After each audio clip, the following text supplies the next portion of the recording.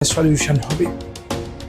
সকাল সন্ধে বসে যেমন করে মালা জপে, মন্ত্র জপে, আপনারা সকাল সন্ধে একটা মন্ত্র জপবেন, 10 দিন করবেন, যদি না ফল পান ছেড়ে দেবেন। আপনি এটা ওটা নিয়ে চিন্তা করছেন, কি হবে কি করব চিন্তা করছেন, সে সব বাদ দিন। আপনার বাড়িতে ঠাকুর দেবতার আসন থাকলে না, তার সামনে সন্ধ্যেবেলা সকালবেলা স্থির হয়ে চুপটি করে আসনের উপর বসুন।